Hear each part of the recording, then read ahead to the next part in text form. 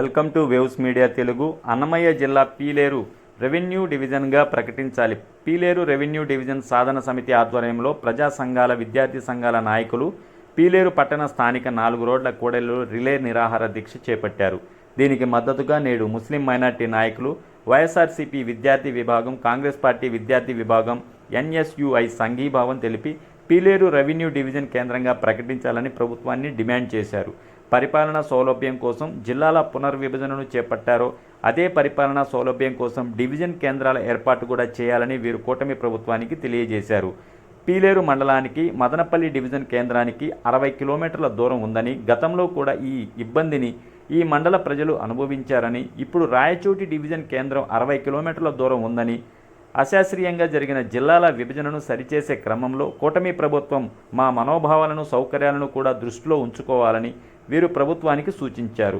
Pileru revenue division కేంద్రం విషయంలో స్థానిక ఎమ్మెల్యే నల్లారి కిషోర్ కుమార్ రెడ్డి స్పందించి సంపూర్ణ మద్దతు తెలియజేయాలని, కూటమి ప్రభుత్వం పీలేరు చుట్టుపక్కల ప్రజల మనోభావాలు గౌరవించి పీలేరును రెవెన్యూ డివిజన్గా ప్రకటించాలని ప్రభుత్వ ఎన్నికల వేళ ఇచ్చిన హామీ నేపథ్యంలో మదనపల్లి జిల్లాగా ప్రకటిస్తున్న వేళ ప్రధాన నగరాలైన చిత్తూరు, రాయచోటి, తిరుపతి, మదనపల్లి ప్రాంతాలను అతి దగ్గరగా ఉన్న అందరికీ సౌకర్యవంతమైన పీలేరును రెవెన్యూ డివిజన్గా ప్రకటిస్తే పీలేరు భౌగోళిక పరిపాలన పరంగా ఆయా శాఖల కార్యాలయాలు ప్రజలకు అందుబాటులో ఉండటంతో పాటు అన్ని ప్రభుత్వ సేవలు సకాలంలో అందుబాటులోకి వచ్చే అవకాశం ఉందని తెలియజేశారు.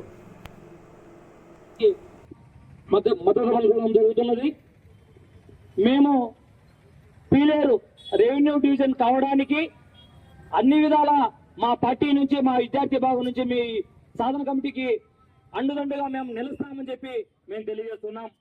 ఈరోజు పీలేరు రెవెన్యూ డివిజన్ కావడానికి అన్ని అంగులు ఉన్నా ప్రభుత్వవేత్తలు, ప్రభుత్వ అధికారులు దీనిపై దృష్టి పెట్టాలని చెప్పి ఈ సాధన కమిటీ ద్వారా, అఖిలపక్ష నాయకుల ద్వారా నేను డిమాండ్ చేస్తున్నా.